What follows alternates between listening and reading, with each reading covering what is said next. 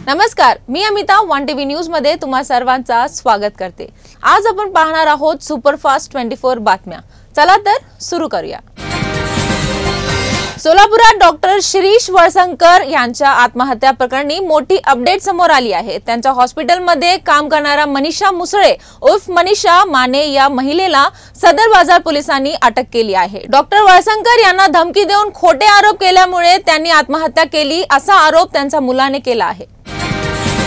मनसे प्रमुख राज ठाकरे यांनी एका मुलाखतीत उद्धव ठाकरे यांनी युतीचे संकेत दिलेत। महापालिका निवडणुका आधी राज ठाकरेंनी यावर उद्धव ठाकरे यांनीही प्रतिसाद देत अटी शर्ती ठेवला आहे। दरम्यान यावर मंत्री भरत गोगावले यांनी प्रतिक्रिया दिली आहे। अमेरिकेचे राष्ट्राध्यक्ष डोनाल्ड ट्रम्प यांच्या धोरणाविरोधात पुन्हा एकदा हजारो निदर्शक रस्त्यावर उतरले आहेत। हे निदर्शने सर्व 50 राज्यांमध्ये झाली आहे। ट्रम्प यांच्या टॅरिफ वॉर धोरणाविरोधात आणि सरकारी नोकऱ्यांमधील कपातीविरुद्ध अमेरिकन नागरिक निदर्शने करत आहेत। बीड जिल्हा प्रशासनाकडून निवडणूक आयोगाला अहवाल सादर करण्यात आला आहे। या अहवालात विधानसभा निवडणुकीदरम्यान रणजित कासलेला परळी मतदारसंघात ड्युटी नव्हती। या प्रक्रियेदरम्यान तो सायबर पोलीस ठाण्यात कार्यरत होता असा अहवाल पोलिसांनी प्रशासनाला आणि प्रशासनाने निवडणूक आयोगाला दिला आहे। दक्षिण भारतातील आंध्र प्रदेश गुंटूर येथील एका साई भक्ताने 68 लाख रुपयांचा सुवर्ण मुकुट दान दिला असल्याची माहिती साई संस्थेचे मुख्य कार्यकारी अधिकारी गोरक्ष गाडीलकर यांनी दिली आहे। येत्या 30 एप्रिल आणि 1 मेला पंतप्रधान नरेंद्र मोदी यांच्या हस्ते महाराष्ट्र सदनात भव्य हापूस आंबा महोत्सवाचे उद्घाटन होणार आहे। शिवसेना खासदार रवींद्र वायकर दिल्लीत 2 दिवसीय महाराष्ट्राचा हापूस आंबा महोत्सवाचे आयोजन करणार आहेत। ठाण्यात क्लस्टर विरोधात नागरिकांनी आंदोलन केलं आहे। म्हाडा वसाहतीत क्लस्टर योजना आल्याने नागरिकांचा क्लस्टर योजनेला विरोध आहे। क्लस्टर योजना कुणासाठी राबवत आहेत असा म्हाडा रहिवाशांनी सवाल केला आहे। क्लस्टर योजनेला विरोध असल्याचं नागरिकांचं म्हणणं आहे। चंद्रपूरचा पारा 44 अंशाचा पार गेला आहे। यासोबतच हवामान विभागाने उष्णतेचा लाटेचा इशारा दिला असून मोठ्या प्रमाणात तापमानात वाढ झाली आहे। दुपारी 12 ते 4 दरम्यान रस्ते निर्मनुष्य झाले आहे। चंद्रपूर महानगरपालिकेने ठिकठिकाणी सूचना फलक देखील लावले आहेत। मला काँग्रेसमधून कुणी थांबवण्याचा प्रयत्न केला नाही। भाजपमध्ये आपल्याला न्याय मिळेल अशी कार्यकर्त्यांची भूमिका होती। मी भाजपने जावं अशी कार्यकर्त्यांची इच्छा होती। पक्ष प्रवेशाबाबत मंगळवारी भूमिका जाहीर करेन, माजी आमदार संग्राम थोपटे यांनी स्पष्ट केलं। संग्राम थोपटे यांनी काँग्रेसला सोडचिठ्ठी दिली असून लवकरच भाजपमध्ये प्रवेश करणार असल्याचे निश्चित झालंय।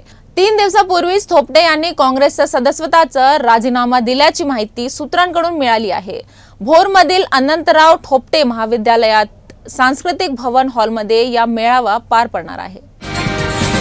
हिंदी सक्तीकरणाविरोधात मनसे रस्त्यावर उतरलेली असतानाच मनसे नेते संदीप देशपांडे यांनी या विषयात राष्ट्रीय स्वयंसेवक संघाचे सरसंघचालक मोहन भागवत यांना पत्र लिहिले आहे। त्यांनी या प्रकरणात भूमिका घेण्याचे आवाहन करण्यात आले आहे। राज उद्धव एकत्र आल्यास शिवसेनेची शक्ती वाढेल असं विधान छगन भुजबळ यांनी केले आहे। 2 कार्यकर्ते आम्हाला मिळाले तर शक्ती वाढल्यासारखं वाटते। हे तर लीडर आहेत। एखादा पडलेला आमदार सुद्धा आम्ही आमच्यात आला तर शक्ती वाढेल म्हणते। हे तर लीडर आहेत असे भुजबळ म्हणाले। पर्यटनासाठी असलेल्या समुद्रातील स्पीड बोटची दुर्घटना घडत असतानाच दुसऱ्या बाजूला मात्र पालघरमध्ये स्पीड बोट चालकांकडून पर्यटकांचा जीवाशी खेळ होत आहे। समुद्रात जाताना बोट चालकांकडून पर्यटनाचं लाईफ जॅकेट दिले जात नसल्याचे धक्कादायक बातमी समोर आली आहे। मुंबईतील गिरगावात मनसे कार्यकर्त्यांकडून उद्धव ठाकरे आणि राज ठाकरे यांचे फोटो असलेले बॅनर लावण्यात आले आहे। दोन्ही ठाकरेंनी एकत्र यावे अशी अपेक्षा कार्यकर्ते व्यक्त करत आहे। या बॅनरची चर्चा रंगली आहे। नागपूरच्या उमरेडमध्ये एका घराच्या छतावर तब्बल 50 किलोचा धातूचा तुकडा कोसळला आहे। आकाशातून घराच्या छतावर धातूचा तुकडा कोसळल्याचा स्थानिकांचा दावा आहे। हा धातूचा तुकडा नेमका कशाचा आहे याचा तपास आता सुरू करण्यात आलेला आहे।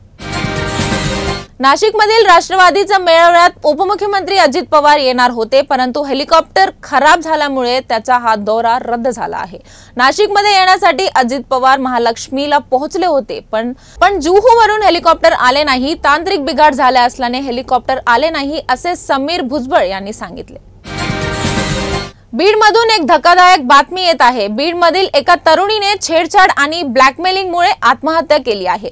तिच्या आईने उपमुख्यमंत्री एकनाथ शिंदे यांना न्यायाची याचना करण्याची पत्र लिहिली आहे। घटनेत दोषी असल्यानं कठोर शिक्षा व्हावी अशी मागणी करण्यात आली आहे। गेल्या काही दिवसांपासून जम्मू काश्मीरमध्ये पाऊस पडत आहे। आज सकाळी रामबन जिल्ह्यातील सेरीबागना भागात पावसानंतर झालेल्या दगफुटीत 3 जणांचा मृत्यू झाला आहे। पोलिसांनी सुमारे 100 जणांना वाचवले आहे। डोंगरीवरून आलेला ढिगारा गावाकडे आला आणि अनेक लोक घरांना धडकलं। सध्या बचाव कार्य सुरू आहे।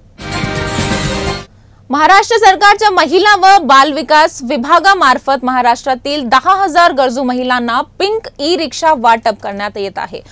मुख्यमंत्री देवेंद्र फडणवीस तसेच महिला व बाल कल्याण मंत्री अदिती तटकरे यांच्या उपस्थित महिलांना सवलतीच्या दरात पिंक रिक्षा उपलब्ध करून देण्याच्या सरकारच्या योजनेचा नागपुरात सुरुवात झाली आहे। पाण्याशिवाय मानवी जीवन अपूर्ण समजलं जातं, त्यामुळेच पाण्याला जीवन असंही म्हटलं। मात्र याच पाण्याला अकोला जिल्ह्यातील उगवा गावात अगदी सोन्याची किंमत आली आहे। गावात तीव्र पाणी टंचाई आहे। गावातील नळाला तब्बल महिनाभरानंतर पाणी येते। वादग्रस्त पोलीस उपनिरीक्षक रणजित कासले यांनी आईच्या उपचारासाठी म्हणून अंबाजोगाई येथील व्यापाऱ्याकडून 6 लाख रुपये 2024 मध्ये घेतले होते। ते परत न केल्याने आता अंबाजोगाई शहर पोलीस ठाण्यात गुन्हा दाखल करण्यात आला आहे। सुधीर चौधरी असे फसवणूक झालेल्या व्यापाऱ्याचं नाव आहे। नाशिकच्या येवल्यात जनावरांचे मांस वाहतूक होत असल्याची माहिती मिळताच पाहणी करण्यासाठी गेलेल्या गोरक्षकांवर अज्ञातांनी दगडफेक करण्यात हल्ला केला आहे। या हल्ल्यात गोरक्षक जखमी झाले आहेत। मांडव टाकताना विजेच्या ताराला स्पर्श झाल्याने 2 चुलत भावांचा मृत्यू झाल्याची घटना हदगाव तालुक्यातील बोरगाव हस्तरा गावात घडली आहे। मंडप डेकोरेशन करणारा पांडुरंग आणि साईनाथ भट्टेवाडचा या मृत्यू झाला आहे, तर याच घटनेत शिवप्रसाद भट्टेवाड हा तरुण जखमी झालाय। राजकीय घडामोडीतून वेळ काढून उद्योगमंत्री उदय सामंत क्रिकेटच्या मैदानावर आलेला दिसला आहे। पोलीस आणि राजकीय पदाधिकारी यांच्यात मैत्रीपूर्ण क्रिकेटचा सामना आहे। रत्नागिरी पोलीस ग्राउंडवरती रंगतोय क्रिकेटचा सामना।